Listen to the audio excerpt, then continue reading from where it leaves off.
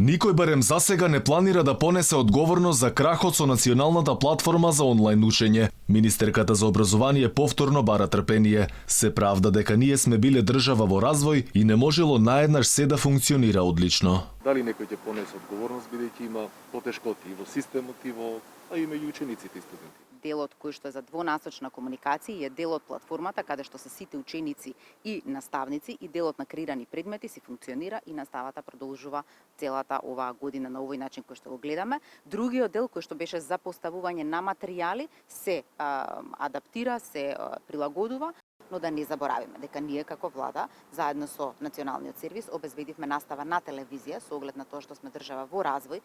Оние кои немаат пари за компјутер, односно на 40.000 ученици, приморани се наставата да ја следат преку телевизија, но помош од државата нема, но затоа има само алтернативи.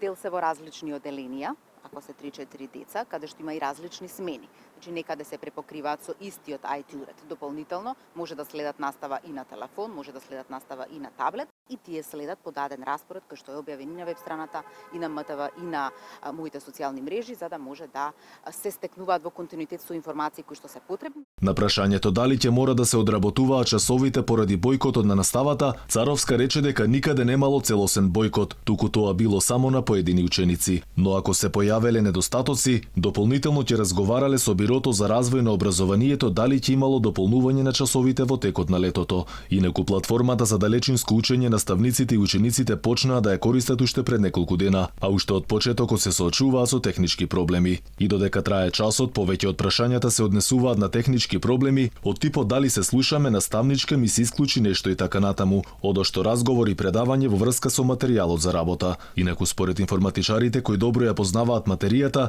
веќе од понеделник учениците и наставниците ќе се соочат со уште повеќе предизвици и потешкоти, зашто онлайн наставата ќе треба да ја следат голем број корисници и речиси во текот на целиот ден.